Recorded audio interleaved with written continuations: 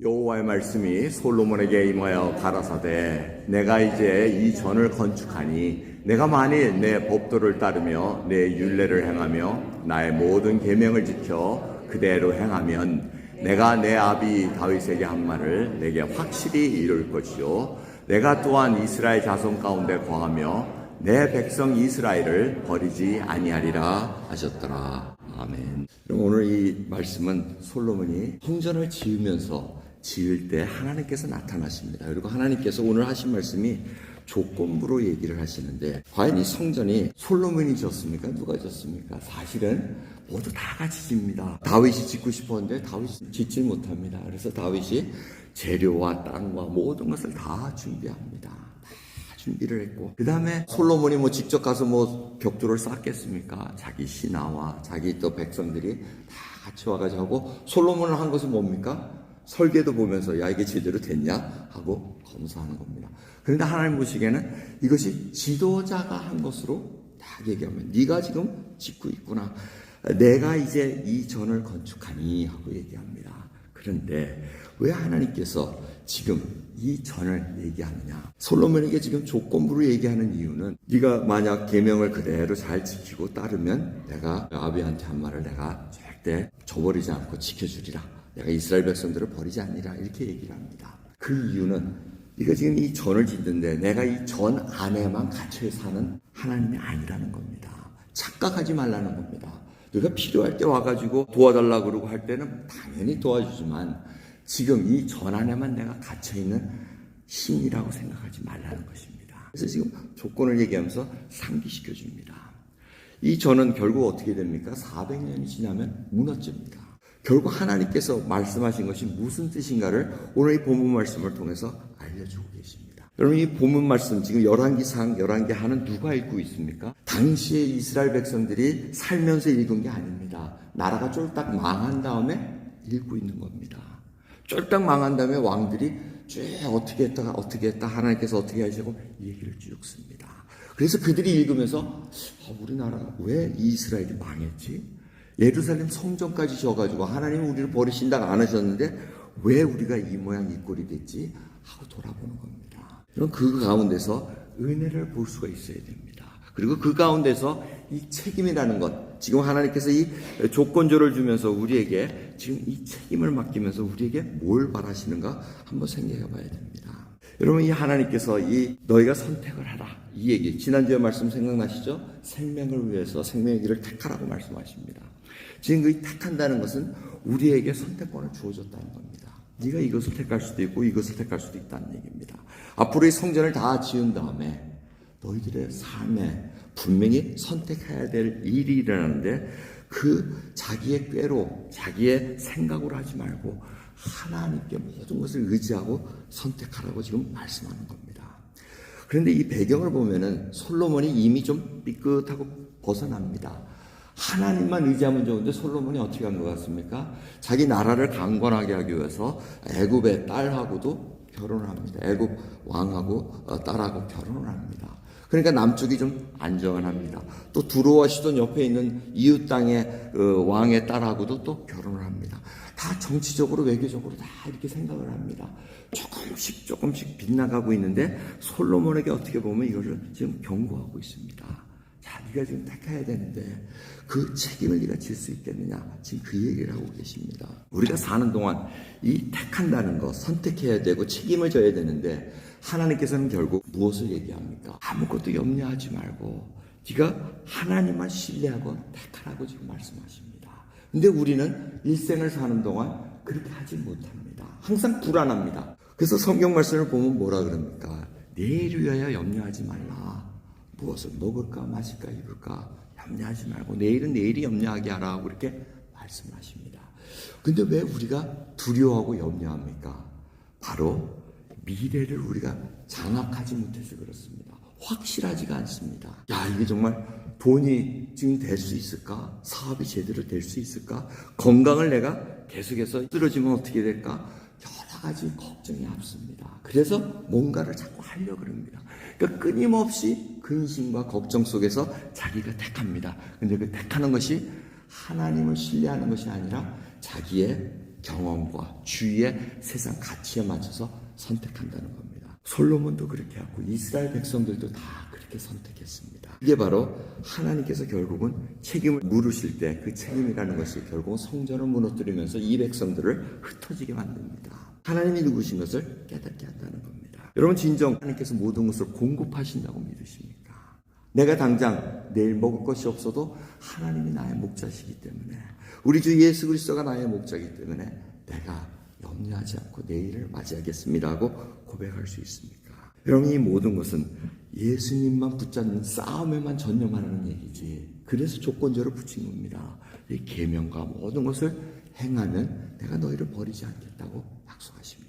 이스라엘 백성들은 계속해서 자기 생각대로 행동하고 하나님을 섬기면서도 우상을 섬기고, 불안하니까 이 신도 믿고 이 신도 믿으면 자기가 좀 안전하지 않을까 싶어서 양다리 작전을 많이 펼칩니다. 하지만 결국에는 그것이 하나님의 화를 쌓게 된다는 것입니다. 근데 하나님은 계속해서 참으십니다.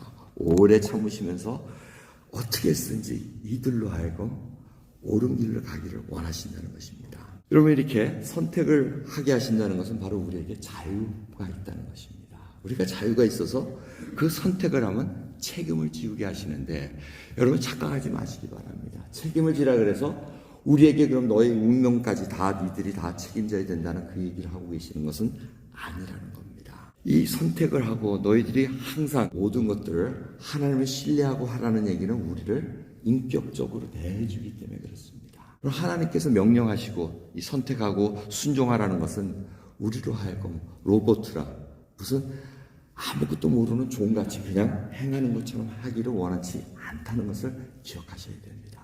하나님은 우리로 하여금 자유롭게 자기 스스로 자유의지를 가지고 하나님 말씀에 그 뜻이 더 귀하니, 아버지의 뜻이 맞으니 내 뜻을 접고 아버지의 뜻대로 살겠습니다 하고 이 고백하는 과정이라는 겁니다.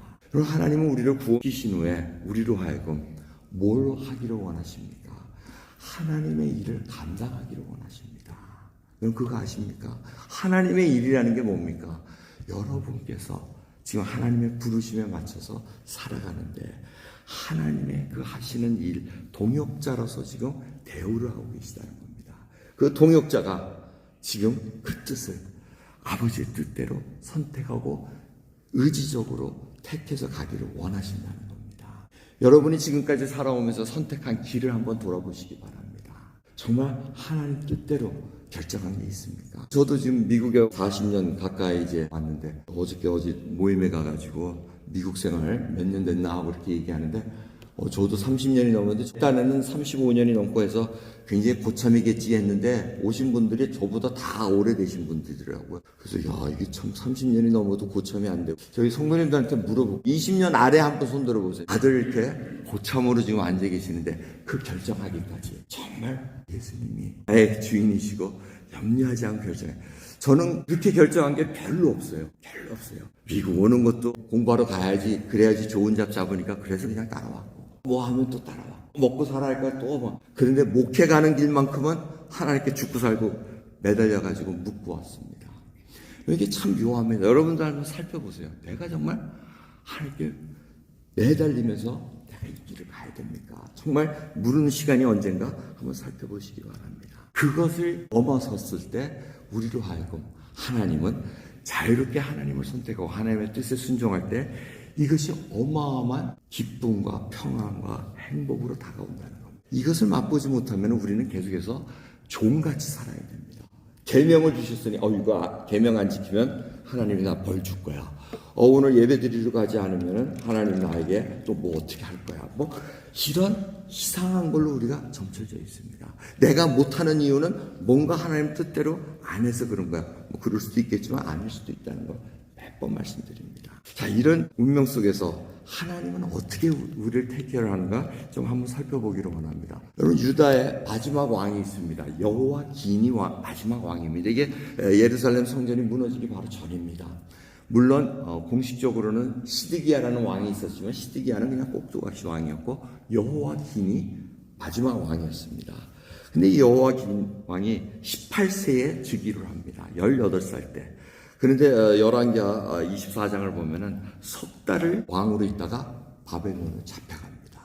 그래서 공식적으로 유다 왕국 왕권이 딱 끊어집니다. 그런데 바벨론에 잡혀간 얘기가 열왕기하 25장 27절부터 있습니다. 유다 왕 여호와긴이 사로잡혀간 지 37년, 곧 바벨론 왕 에월무로닥에 주의한 원년 12월 27일에 유다 왕 여호와긴을 옥에서 내어놓아 그 머리를 들게 하고 선임하라고 그 위를 바벨론의 저와 함께 있는 모든 왕의 위보다 높이고 그 죄수의 의복을 바꾸게 하고 그 일평생에 항상 왕의 앞에서 먹게 하였고 저의 쓸 것은 날마다 왕에게 받는 정수가 있어서 종식토록 끊이지 아니하였더라 하고 말씀하십니다. 이 말씀이 어떤 말씀으로 와닿습니까? 분명히 하나님께서는 책임을 물으시는데 궁극에 가서 이 왕도 여호와기 왕도 악을 행했습니다. 책임을 지기 때문에 포로로 잡혀갑니다.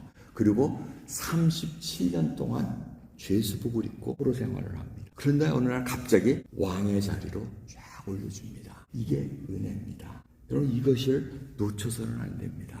하나님은 우리로 하여금 책임을 지게 하시면서 우리로 하여금 네가 다 책임져 이렇게 안 하십니다.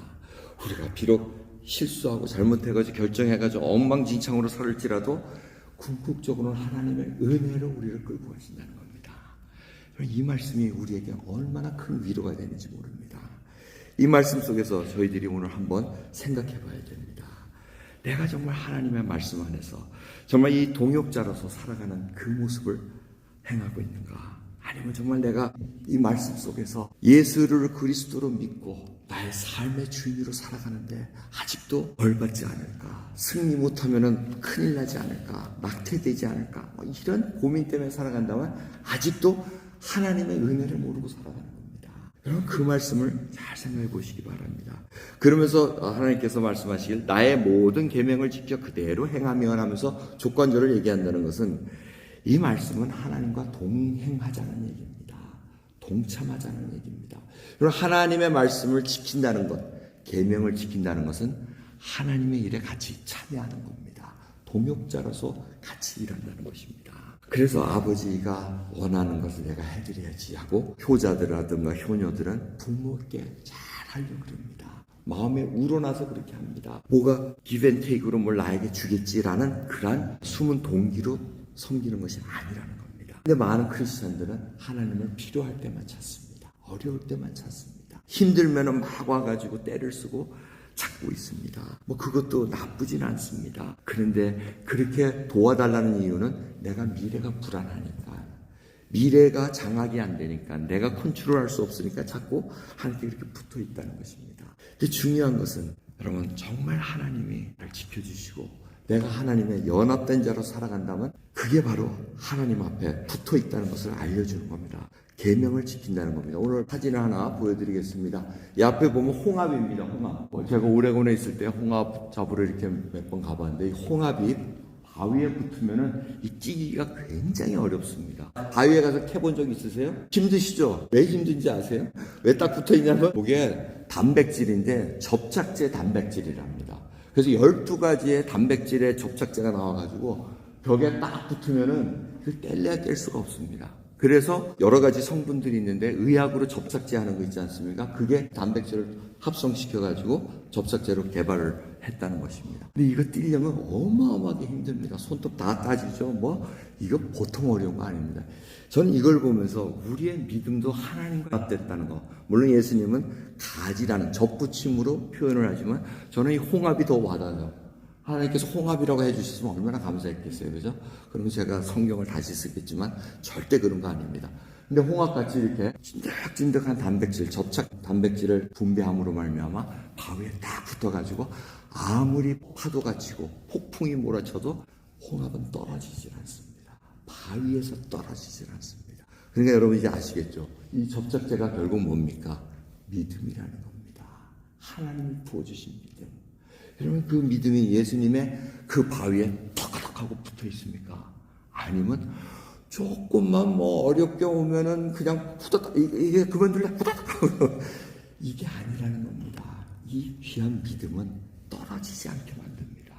이 하나님이 주신 믿음은 떨어지지 못하게 만든다는 것을 항상 기억하시기 바랍니다. 어거스틴은 이런 얘기를 했습니다. 세상에는 두 종류의 사람밖에 없습니다 하면서 죄인임을 아는 죄인과 죄인임을 모르는 죄인, 그 죄인들밖에 없습니다고 얘기합니다. 죄인임을 아는 죄인은 주님께서 구원을 베풀어 이러한 믿음을 부어주셔가지고 우리로 하여금 접착제적인 이 믿음을 소유하게 만드십니다. 하지만 죄인인 걸 모르고 계속 살아가는 죄인들이 있습니다. 그럼 하나님께서 분명히 때가 되어 그들도 하여금 눈이 열려져 자기가 어떠한 모습인 걸 보게 할 것입니다. 그럼 이 하나님의 계명을 지킨다는 것은 억지로가 아니고 겁이 나서 하는 것이 아니고 사랑 때문에 하나님을 붙어있고 하나님이 아닌 것은 내가 살아갈 수 없음을 알기 때문에 그 고백으로 살아갑니다. 실패한다고 주눅들지 마시기 바랍니다. 그럼 제가 주눅든 아이와 당당한 아이 이렇게 예를 듭니다. 여러분 집안 똑똑이라는 아이가 있죠. 밖에서는 쭈물쭈물하고 아무것도 못하고 집에만 오면은 그냥 큰 소리 치고 막 난리치는 아이들이 있습니다. 제가 그 중에 하나였어요. 집에만 오면 큰 소리하고 뭐 응원하고 하는데 밖에 나가면 이 창피하고 얼굴이 빨개지고 말도 제대로 못하고. 여러분 우리가 하나님 앞에 어떤 아이인가 한번 살펴보시기 바랍니다. 이 집안 교회라는 하나님의 그 예수 그리스도가 머리시고 이 안에 이 패밀리로 저희들을 불러오십니다. 여기서는 정말 하나님 앞에 마음껏 기를 필 수가 있어야 됩니다. 저는 이런 얘기를 할 때 다윗의 생각이 납니다. 하나님은 왜 이렇게 다윗을 이뻐하셨겠습니까? 내 마음에 합한 자라고 왜 얘기를 할 것 같습니까? 다윗 보면은 엉망진창으로 살았습니다. 그런데 하나님만 앞에 오면은 언약궤가 들어올 때 어떻게 합니까? 그 자기 알몸이 다 보이는데 덩실덩실 춤을 추지 않습니까? 이 집안 똑똑이에요. 자식이 뭐 잘못하면 뭐 한마디도 못해요. 자식한테도 한마디 못해요. 그래서도 하나님께서는 이뻐하십니다. 그럼 이 사실을 곰곰이 생각해 보시기 바랍니다. 주눅드는 거 뭐 나쁘진 않아요. 하지만 평생 주눅드고 살 수는 없다는 것입니다. 이 자녀들을 키우면 알지 않습니까? 자녀들이 밖에서 공부하고 오면 우리 아이들 이렇게 학교에서 공부하면 참 측은해요. 얼굴 색깔도 들리고 말도 잘 안 통할 텐데 가가지고 8시간 9시간씩 공부하고 오다가 집에 오면 집에서 엄마 아빠가 또 야단치면 얼마나 애가 힘들겠어요. 그거 생각하면 아이고 그래 쉬어라 잘하자 이렇게 하면 애들이 힘이 납니다. 하나님도 저희들 그런 모습입니다.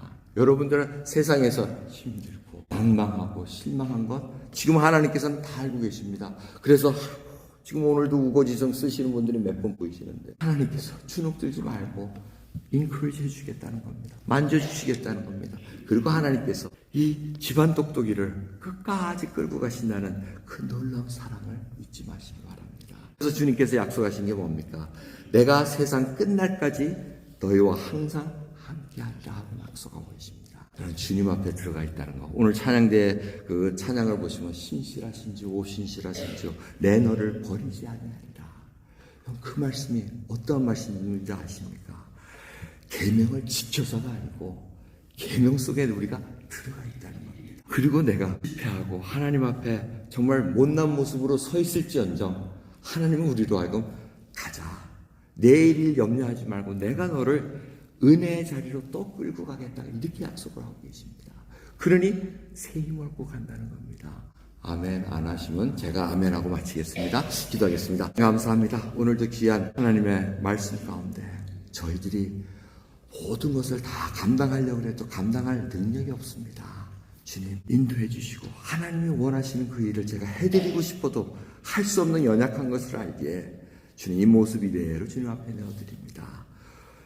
붙들어 주시고 아버지 이 세상의 기준을 비춰봐서 저희들이 좀 모자란다고 주눅들지 말고 정말 하나님이 나의 모든 것 되고 나의 생명이 되신다는 만왕의 왕이시고 창조주이시고 우리 아의 주인이시라는 것을 고백할 때마다 이제는 주신 그 계명이 무거운 것이 아니고 너무나 가볍고 해드리고 싶고 순종하고 싶어하는 그 놀라운 고백들이 넘치게 하옵소서. 감사드리며 예수 그리스도의 이름으로 기도드리옵나이다.